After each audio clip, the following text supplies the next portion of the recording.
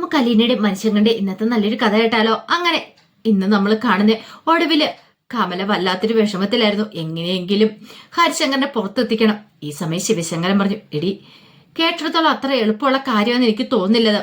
നിനക്കറിയാലോ, ഞാൻ അവിടെ നിന്ന് ഇവിടം വരെ വന്ന് പെട്ട എങ്ങനെയെന്ന് എനിക്കും അറിയത്തുള്ളൂ. ഇനിയിപ്പൊ ഇതിന്റെ പേരിൽ എന്തൊക്കെ പ്രശ്നങ്ങളുണ്ടാവും അറിയില്ല. ഒരു പക്ഷേ എങ്കില് ഹരിയെ പുറത്തിറക്കാന്ന് പറഞ്ഞാല് അതത്ര ഈസി ആയിട്ടുള്ള കാര്യമല്ലെന്ന് പറഞ്ഞു.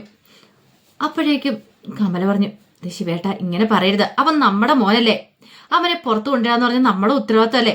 അവൻ എന്തേലും അറിയാതെ തെറ്റ് ചെയ്ത് പോയിട്ടുണ്ടെങ്കിൽ അത് നമ്മൾ വേണ്ടേ ക്ഷമിക്കാണെന്ന് ചോദിച്ചു. എടി നീ ഒരക്ഷം പോലും മിണ്ടരുത്, നീ നല്ലവണ്ണം അവനെ നോക്കുമായിരുന്നെങ്കിലോ, നിന്റെ നോട്ടപ്പശ കൊണ്ട് സംഭവിച്ചല്ലേ. അയ്യോ അങ്ങനെയൊന്നും അല്ല ശിവേട്ട, ഇതെന്റെ നോട്ടപ്പശ ഒന്നുമല്ലെന്നേ.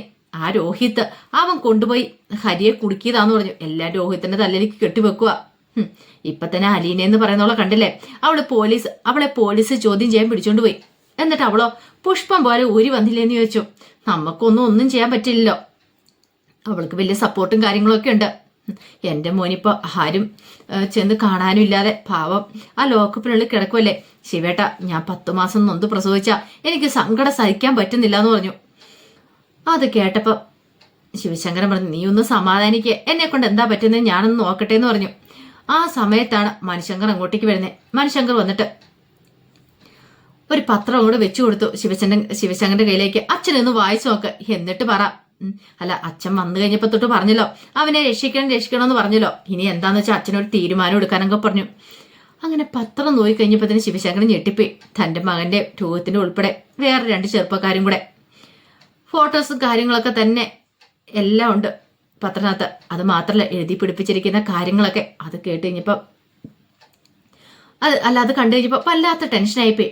ആ സമയം മനുഷ്യങ്കർ ചോദിച്ചു, എങ്ങനെയുണ്ടാച്ചാ? അച്ഛന്റെ ഇളയ മോൻ ചെയ്തു വെച്ചിരിക്കുന്നത് നല്ല കാര്യമല്ലേ, ഒരു പുണ്യപ്രവൃത്തിയല്ലേ. അതെ, ഈ കാര്യത്തിന് ജാമ്യം എടുക്കാനെന്നോ അല്ലെങ്കിൽ കാണാനെന്നും പറഞ്ഞുകൊണ്ട് പോലീസ് സ്റ്റേഷനിലേക്ക് ചെന്നിട്ടുണ്ടെങ്കിൽ പ്രത്യേക ഇടി അവർ സ്പെഷ്യലായിട്ട് നമുക്ക് തരും.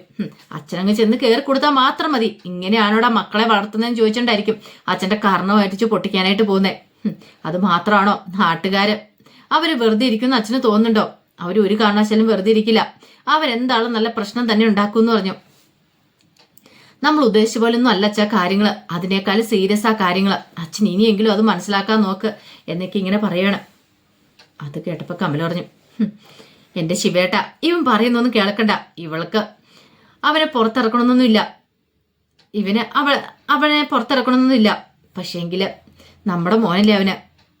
അവളുണ്ടല്ലോ അലീനയാണെങ്കിൽ ഇവൻ പുറത്തിറക്കാൻ നോക്കിയാണെന്ന് പറഞ്ഞു. മനുഷ്യങ്ങൾ പറഞ്ഞു, പിന്നെ ഞാൻ പറഞ്ഞുകൊണ്ടാണല്ലോ അവള് പുറത്തിറങ്ങിയത്. അമ്മ ഒന്നും മിണ്ടാതിരിക്കുമ്പോ എന്ത് വന്നാലും ഉണ്ട് എന്നും പറഞ്ഞുകൊണ്ട് ദേഷ്യപ്പെടുവാണ്. കമല പറഞ്ഞു, കണ്ടില്ലേ അവര് ദേഷ്യം കണ്ടോന്നൊക്കെ പറഞ്ഞു. മനുശങ്കർ നിന്നില്ല, അകത്തേക്ക് അങ്ങോട്ട് കയറിപ്പോയി. ആ സമയത്ത് അലീന ബാലേന്ദ്രന്റെ അടുത്തേക്ക് വന്നു. ബാലേന്ദ്രനെ കാണാൻ വേണ്ടി വന്ന അലീനയ്ക്ക് നല്ല ബുദ്ധിമുട്ടുണ്ടായിരുന്നു. കാരണം ബാലേന്ദ്രന്റെ ആരോഗ്യസ്ഥിതി ഒന്നും മെച്ചപ്പെട്ടു വന്നായിരുന്നു. ആ സമയത്താണ് ഇങ്ങനെ ഒരു ആക്സിഡന്റും കാര്യങ്ങളൊക്കെ ഉണ്ടായിരിക്കുന്നത്. അങ്ങനെ അലീനയെ കണ്ടുകഴിഞ്ഞപ്പോൾ ബാലേന്ദ്രന് ഒരു സമാധാനമായി. പിന്നീട് ബാലേന്ദ്രൻ ചോദിച്ചു, അല്ല മോളെ അവിടെ വീട്ടിൽ പ്രശ്നമൊന്നും ഇല്ലല്ലോ? ഇല്ല അച്ഛാ, ഇതുവരെ പ്രശ്നങ്ങളൊന്നുമില്ല. അല്ല നീ ലോക്കപ്പിൽ പോയിട്ട് നീ പോലീസ് സ്റ്റേഷനിൽ പോയിട്ട് അവനെ കണ്ടോ? ഹരിയെയും രോഹിത്തിനെയും കണ്ടോന്ന് ചോദിച്ചു. കണ്ടച്ച, പക്ഷെ സംസാരിക്കാനൊന്നും പറ്റിയില്ല എന്ന് പറഞ്ഞു. എനിക്കറിയാം മോളെ, എന്താ ചെയ്യേണ്ടതെന്ന് അറിയത്തില്ല. ശരിക്കും പറഞ്ഞാല് വല്ലാത്തൊരവസ്ഥയല്ല ഞാനിങ്ങനെ കിടപ്പിലായി പോയല്ലേ. ഇവിടെ നിന്ന് എഴുന്നേക്കുമായിരുന്നെങ്കിൽ എനിക്ക് എന്തെങ്കിലും ചെയ്യാമെന്ന് പറഞ്ഞു. അതെങ്ങനെയാ, ഹോസ്പിറ്റലുകാരോട്ടും വിടത്തില്ല എന്ന് പറഞ്ഞു. അച്ഛൻ വിഷമിക്കൊന്നും വേണ്ട, അച്ഛനിപ്പൊ അച്ഛന്റെ ആരോഗ്യം മാത്രം നോക്കിയാൽ മതി എന്ന് അലീന പറഞ്ഞു. ഇപ്പൊ ഇങ്ങനെ ഓരോന്നൊക്കെ ഓർത്ത് ടെൻഷൻ അടിച്ചിട്ടുണ്ടെങ്കിൽ ശരിയാകത്തില്ല എന്ന് പറഞ്ഞു. അച്ഛാ എനിക്ക് നല്ല ബുദ്ധിമുട്ടുണ്ട്. എന്തിനാണെന്നറിയാവോ?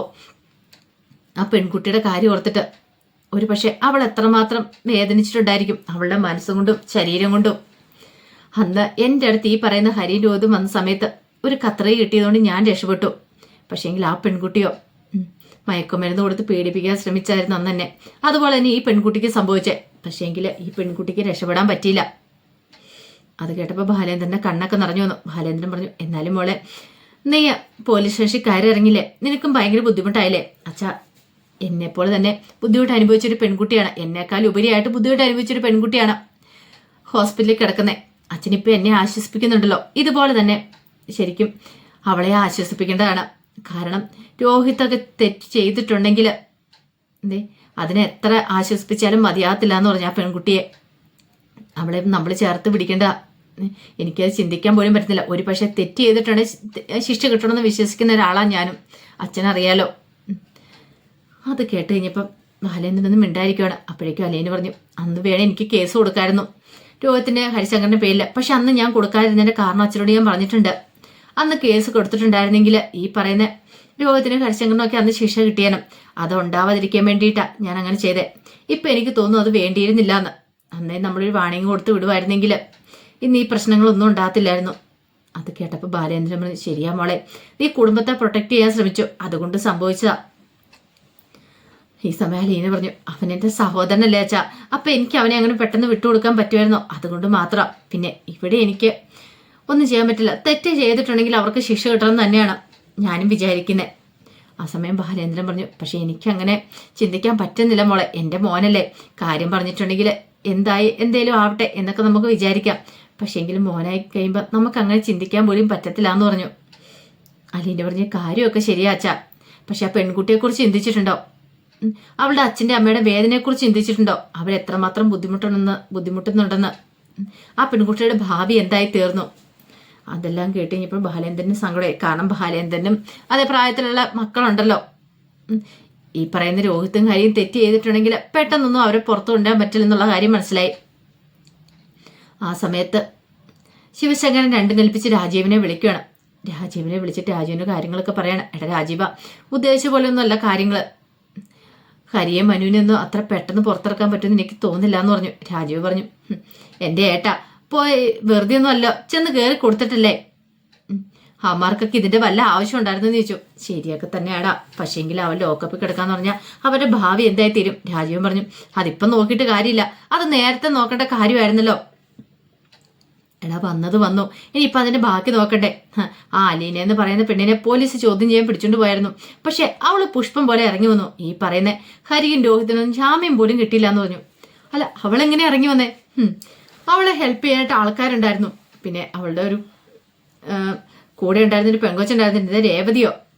അവളെന്തോ അവളുടെ അവിടെ നിൽക്കുന്ന വീട്ടുകാരെ കൊണ്ടൊക്കെ റെക്കമെൻഡ് ചെയ്യിച്ച് അലീനയെ പുറത്തു കൊണ്ടുവന്നെന്ന് അറിയാൻ കഴിഞ്ഞ്. അത് കൊള്ളാലോ, അതൊരു നല്ല കാര്യമുള്ളൂ. അങ്ങനെയാണൊരു കാര്യം ചെയ്യാം, ആ വഴിക്കൊന്ന് ശിവേട്ടനൊന്ന് ചിന്തിച്ചുകൂടെന്ന് ചോദിച്ചു. എന്ത്? അല്ല, ഈ പറയുന്ന അലീനയെ കൊണ്ട് ഒന്ന് പറയിപ്പിക്കുകയാണെങ്കിൽ ആ DYSP ആയിട്ടെ രേവതിക്കുട്ടി നിൽക്കുന്ന വീട്ടില് അവർക്ക് ബന്ധമുണ്ടെന്നല്ലേ പറഞ്ഞേ? എടാ അങ്ങനെ അവർക്ക് ബന്ധമുണ്ടെന്നല്ല പറഞ്ഞത്. ഈ പറയുന്നേ ആ മാമച്ചനും ഗ്രേസമ്മയില്ലേ, അവരുടെ ആരുടെ ബന്ധുക്കാരുടെ ഏതാണ്ട് ബന്ധത്തിൽപ്പെട്ട ഈ DYSP എന്ന്. ഓ അങ്ങനെയാണല്ലേ, എന്താണെങ്കിലും ശരി, എന്ത് കുന്താലും ആയിക്കോട്ടെ. കാര്യങ്ങളൊക്കെ ആണോ? അലീനെ പുറത്തു വന്നല്ലോ, അപ്പൊ അതുപോലെ തന്നെ ഒരു പക്ഷേങ്കിൽ ഈ പറയുന്ന ഹരിക്കും രോഹത്തിനൊക്കെ ജാമ്യം കിട്ടുമായിരിക്കും. ഈ DYSPനെ ഒന്ന് സ്വാധീനിക്കാൻ ശ്രമിച്ചാൽ പോരെ? എടാ അതിനങ്ങനെ അയാൾ ചെയ്തവരും തോന്നുന്നുണ്ടോ? ഒരു കാര്യം ചെയ്യ, അലീനെ കൊണ്ട് പറയിച്ച കേൾക്കത്തില്ലെന്ന് ചോദിച്ചു. അലീനെ പറയാനോ? അതേന്നേ, അലീനെ ആ രേവതി എന്ന് പറയുന്ന പെണ്ണോട് പറയട്ടെ, അപ്പൊ അവള് സംസാരിച്ചോളും കാര്യങ്ങൾ. എങ്ങനെയുണ്ട്? ശിവേട്ടനും കമലേച്ചിയൊക്കെ ഒന്ന് സംസാരിച്ചു വെക്കാം അലീനയോടെന്ന് പറഞ്ഞു. ഓ അത് ശരിയാ, അതൊരു നല്ല മാർഗമല്ലേ എന്നൊക്കെ പറഞ്ഞു. പിന്നീട് എന്ത് ചെയ്തു? രാജീവൻ പറഞ്ഞു, ഞാനൊരു കാര്യം ചെയ്യാം, മനുവിനെ ഒന്ന് വിളിച്ചു നോക്കാം. മനു പറഞ്ഞാൽ ചിലപ്പോൾ അവൾ അനുസരിക്കുമായിരിക്കും എന്ന് പറഞ്ഞു.